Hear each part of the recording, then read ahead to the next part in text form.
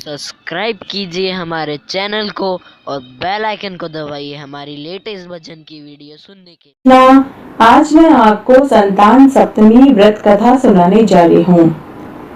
भाद्रवा शुक्ल सप्तमी को संतान सप्तमी व्रत किया जाता है। इसमें स्त्रियां संतान प्राप्ति, संतान की रक्षा और संतान की उन्नति के लिए यह व्रत इस प्रकार है।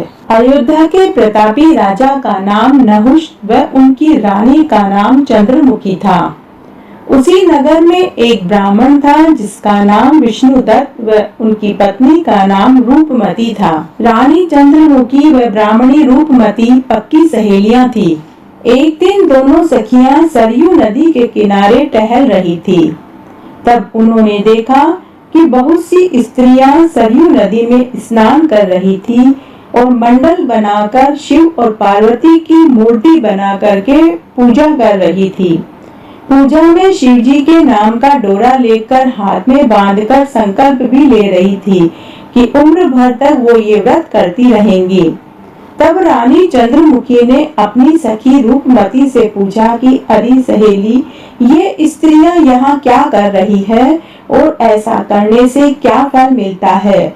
चलो हम दोनों चलकर उनसे पूछते हैं। तब दोनों सखियां उन स्त्रियों के पास गई और पूछने लगी कि आप यह क्या कर रहे हो और ऐसा करने से क्या फल मिलता है? तब औरतें बोली, रानी जी, आज भाद्रवा शुक्ल सप्तमी है। आज संतान सप्तमी है। संतान की प्राप्ति, संतान के सुख और संतान की उन्नति के लिए हम सब यह व्रत कर रहे हैं। इस व्रत को मुक्ता भरण व्रत भी कहते हैं। हम शिव जी के नाम का डोरा लेकर हाथ में बांध रहे हैं और जीवन भर यह व्रत करने का संकल्प ले रहे हैं। तब दोनों सखियों ने व्रत की पूरी विधि भी जानी और उन्होंने भी मंडल बनाकर मिट्टी के शिव और पार्वती जी बनाए, पूजा की, डोरा लिया और उम्र भर व्रत करने का संकल्प भी लिया। किंतु रानी और ब्राह्मणी घर आने के बाद दोनों ही यह व्रत करना भूल गई, जिसके कारण जब दोनों की मृत्यु हुई तो अगले जन्म में दोनों को पशु योनि में जन्म मिला, जिसमें रानी का जन्म एक वानरी के रूप में और ब्राह्मणी मुर्गी योनि में पैदा हुई। इस तरह 7 बार उन्होंने जन्म लिया और हर बार उन्हें पशु योनि में जन्म मिला। फिर 8वीं बार उनका जन्म मनुष्य योनि में हुआ, जिससे रानी चंद्रमुखी राजा पृथ्वीनाथ की रानी बनी। उनका नाम ईश्वरी पड़ा और ब्राह्मणी का नाम भूषणा पड़ा। भूषणा का विवाह राज पुरोहित अग्निमुख के साथ हुआ। इस जन्म में भी वो दोनों पक्की सहेलियां ही रही। इस जन्म में भूषणा को पिछले जन्म का संकल्प याद आ गया, जिससे भूषणा ने शादी के बाद से ही संतान सप्तमी व्रत करने लग गई। इस व्रत के प्रताप से भूषणा को 8 पुत्र पैदा हुए। 8 पुत्र ही सुंदर, योग्य और गुणवान थे, जबकि रानी ईश्वरी को संकल्प याद नहीं आया। उन्हें एक गूंगा बहरा पुत्र हुआ और वह भी 9 वर्ष की आयु में ही मर गया। रानी के पुत्र शोक में उनकी सखी भूषणा दुख प्रकट करने के लिए महल में आई। रानी ईश्वरी को भूषणा से जलन होने लगी। रानी ने अपने मन को बहुत समझाया कि वो मेरी सखी है, लेकिन मन माना ही नहीं। तब एक दिन रानी ने अपनी सखी के 8 पुत्रों को भोजन खाने के लिए बुलाया और भोजन में जहर मिलाकर मारना चाहा, लेकिन बच्चों का बाल भी बाका नहीं हुआ।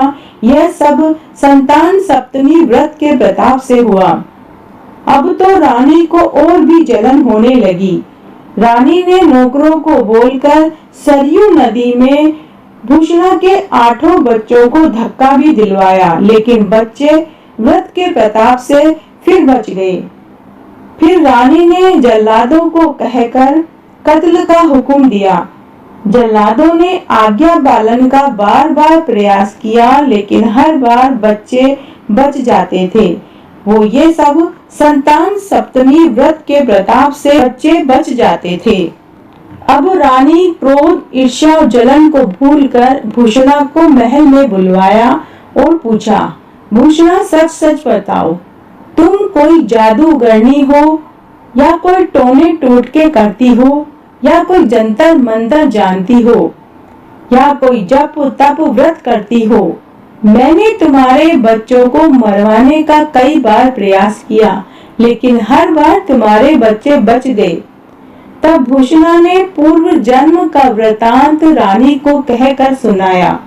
रानी जी, पूर्व जन्म में आप अयोध्या के राजा नहुष की रानी चंद्रमुखी थी और मैं ब्राह्मणी रूपमती थी। तब हम दोनों पक्की सहेलियां थी। एक बार जब हम सरयू नदी पर टहल रहे थे तो वहाँ कुछ औरतें सरयू नदी में स्नान, व्रत और पूजा कर रही थी। तब हमने भी संतान सप्तमी व्रत करने का संकल्प लिया और उम्र भर करने का निश्चय किया था, लेकिन हम दोनों ही व्रत करना भूल गए, जिसके पापवश हमें कई जन्मों तक पशु योनि में जन्म मिला और फिर 8वें जन्म में हम मनुष्य योनि में आए। इस जन्म में मुझे पूर्व जन्म का संकल्प याद रहा, इसलिए मैं शादी के बाद से ही संतान सप्तमी व्रत करने लगी, लेकिन संयोगवश आपको इस जन्म में भी याद नहीं रहा। उसी व्रत के प्रताप से मुझे 8 पुत्र हुए और वो सभी दीर्घजीवी रहे और माता का आशीर्वाद मेरे बच्चों पर रहा। इसी व्रत के प्रताप से मेरे पुत्रों को कुछ नहीं हुआ और वो हमेशा जीवित रहते थे। इसी व्रत के प्रताप से मेरे बच्चे जिंदा हैं। अब रानी ईश्वरी को भी सब कुछ याद आ गया। रानी ने भूषणा से अपनी गलती की माफी मांगी और रानी ने भी संतान सप्तमी व्रत किया, जिससे रानी को एक सुंदर, सुशील, गुणवान पुत्र हुआ और इस जीवन का सुख भोग कर वैकुंठ को प्राप्त हुए। इस व्रत को माता देवकी और वसुदेव ने भी किया, जिसके फलस्वरूप उन्हें भगवान कृष्ण जैसा पुत्र मिला। तो आज मैंने आपको संतान सप्तमी व्रत कथा सुनाई। अगर आपको ये पसंद आती है तो अपने दोस्तों और रिश्तेदारों में ज्यादा से ज्यादा शेयर करके पुण्य कमाएं। धन्यवाद।